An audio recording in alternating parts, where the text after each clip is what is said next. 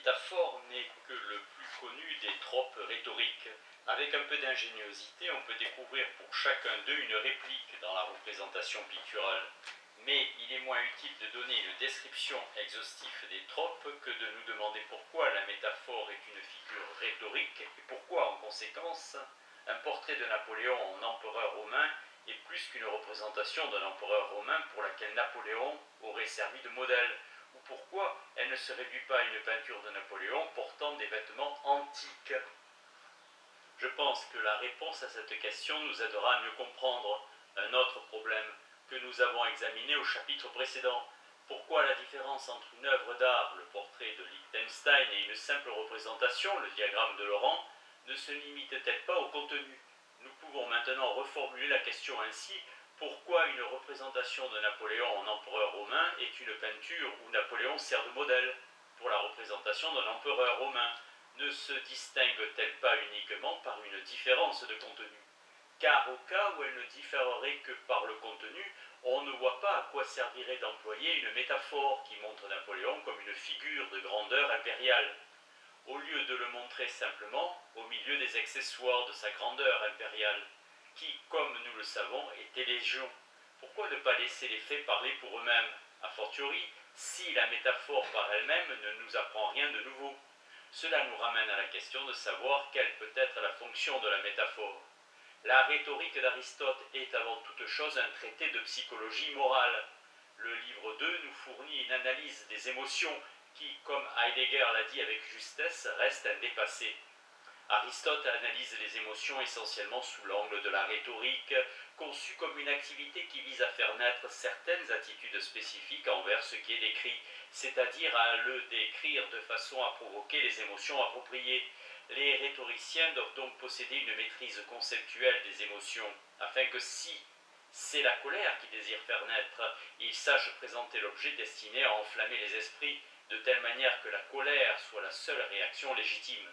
Ainsi, il ne s'agit pas seulement de prendre acte du fait qu'on s'est fait insulter par quelqu'un d'une manière donnée. Maîtriser le concept d'insulte, c'est réagir à ce fait par le type de courroux qui convient. Pour le rhétoricien, il ne suffit donc pas qu'une certaine description soit acceptée comme vraie. Son objectif est de faire adopter envers l'objet ainsi décrit le genre d'attitude qu'on aurait spontanément eu envers lui si on l'avait vu sous l'aspect que le rhétoricien s'est efforcé de lui donner. De même qu'un syllogisme pratique est censé aboutir à une action et un syllogisme théorique à une croyance. On pourrait dire que dans la rhétorique, Aristote élabore les structures du syllogisme pathétique qui est supposé aboutir à un certain type d'émotion. Tout comme les croyances et les actions par opposition aux simples perceptions et mouvements corporels, les émotions par opposition peut-être aux simples sentiments s'inscrivent dans des structures de légitimation.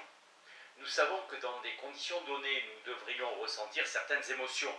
Et il nous arrive de ressentir certaines émotions bien que nous sachions qu'il ne le faudrait pas. Tout comme nous savons que dans telle ou telle circonstance, que n'importe quel membre de notre communauté est capable d'identifier, nous devrions croire ou ne pas croire, faire ou ne pas faire certaines choses.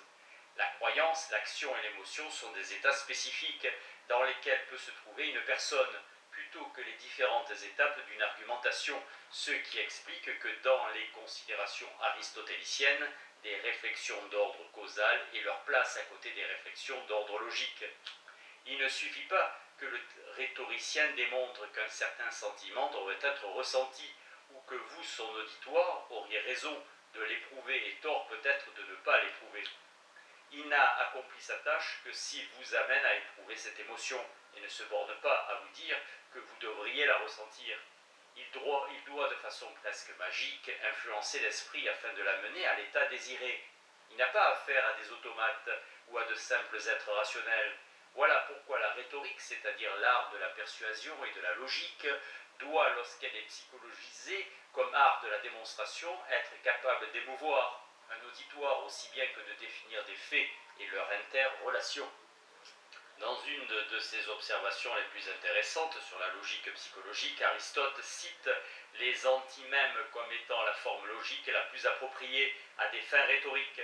À première vue, cela peut paraître déconcertant, mais c'est la clé d'un problème crucial. Un antimème est un syllogisme tronqué auquel manque une prémisse ou bien la conclusion. Pour qu'il donne lieu à un syllogisme valide, il ne suffit pas que les conditions habituelles de validité syllogistique soient remplies. Il faut en plus que la ligne manquante soit une vérité évidente, ou puisse être prise comme telle. Donc il doit s'agir de quelque chose que tout le monde puisse accepter, sans avoir à fournir un effort particulier, c'est-à-dire d'une banalité. L'antimème ne se borne donc pas à démontrer la vérité de sa conclusion, étant donné la vérité est, dans le cas qui nous intéresse, la vérité évidente de ses prémices. Il implique une interrelation complexe entre son auteur et son récepteur. Celui-ci doit combler lui-même le fossé laissé délibérément ouvert par le premier. Il doit fournir ce qui manque et tirer ses propres conclusions. Ses propres conclusions sont évidemment celles que n'importe qui tirerait. On ne lui dit pas, comme un auditeur passif, quel est le chaînon manquant. Il faut qu'il le trouve et y mette en place lui-même, participant ainsi au fonctionnement communautaire de la raison, qui n'est pas sans rappeler celui des prières à réponse. À répond. Celles-ci ne sont pas récitées en direction de la congrégation ni devant elle, mais naissent de la collaboration de tous ceux qui sont présents. À une plus petite échelle, l'auditoire de l'anti-même se comporte comme idéalement tout lecteur devrait le faire. C'est-à-dire qu'il participe à un processus et ne se borne pas à recevoir des informations telles une tabula rasa. Bien entendu, l'explicitation est l'ennemi de ce genre de cooptation par séduction que les formes antimématiques exemplifient à merveille. La même chose vaut pour tous les usages rhétoriques. On n'a qu'à penser à l'utilisation la plus commune de l'adjectif rhétorique, telle qu'on la trouve dans l'expression une question rhétorique. Fauveler dit avec une irritation latente, dans bien des cas, une question ne sert pas à obtenir une information, mais fonctionne comme substitut plus éloquent d'une affirmation. La supposition qui la sous-tend est qu'il n'existe qu'une seule réponse possible, et que si celui à qui la question s'adresse est obligé de la fournir lui-même, elle aura plus d'effet qu'une simple affirmation de la part du locuteur. Le dialogue, c'est-à-dire l'art de la maïeutique socratique, qui devait amener l'interlocuteur à fournir une réponse que le philosophe se déclarait incapable de donner lui-même, partage donc de nombreuses présuppositions avec le système des tropes rhétoriques que les ennemis de Socrate, les sophistes, étaient en train d'élaborer dans le même but. La psychologie de la persuasion leur est commune, et il n'est pas étonnant que la composition de dialogue socratique ait fait partie des exercices habituels du rhétoricien. Ainsi, le chaînon manquant dans l'antimème ne fait qu'exemplifier les ellipses qu'exploite la rhétorique en se fondant sur la supposition psychologique plausible suivant laquelle l'auditeur insérera lui-même le chaînon manquant, et du même coup, par une réaction mentale presque inévitable, se persuadera lui-même plus efficacement que d'autres n'auraient réussi à le faire. Là, le rhétoricien ne fait donc qu'exploiter une impulsion qui appartient en propre à l'auditeur. À cet égard, il est instructif de noter avec quelle économie de moyens Iago réussit à créer la situation dans laquelle Othello va se retrouver fou de jalousie. Il semble qu'on puisse trouver le même genre de dynamisme dans la métaphore, mais même s'il en est ainsi, cela n'explique pas comment nous comprenons les métaphores, mais montre seulement qu'elles mettent en œuvre une activité particulière de l'esprit. L'explication qu'a fournie Aristote peut paraître un peu étriquée du point de vue logique, mais elle est assez juste si on se place sur le plan de la compréhension de la métaphore. Selon lui, il s'agit de trouver un moyen terme, T, tel que si A est métaphoriquement B, A soit T, ce que T est à B. Une métaphore serait donc un genre syllogisme elliptique, avec un terme manquant, c'est-à-dire qu'elle impliquerait une conclusion antimématique. Il se peut que pour toute paire de termes, on puisse en trouver un troisième, qui remplisse une fonction de trait d'union entre eux et donne naissance à une métaphore, ceci quelle ait été leur distance lexicale initiale. Il se pourrait donc que, comme dans le cas des antimèmes, le terme moyen approprié soit de l'ordre du truisme, ce qui mettrait sérieusement en doute l'idée d'après laquelle la métaphore constitue l'aspect vivant du langage. Toutefois, ce qui importe ici, ce n'est pas tant de savoir si Aristote a réussi à dégager la forme logique de la métaphore que le fait qu'il a identifié quelque chose qui, du point de vue pragmatique, est crucial.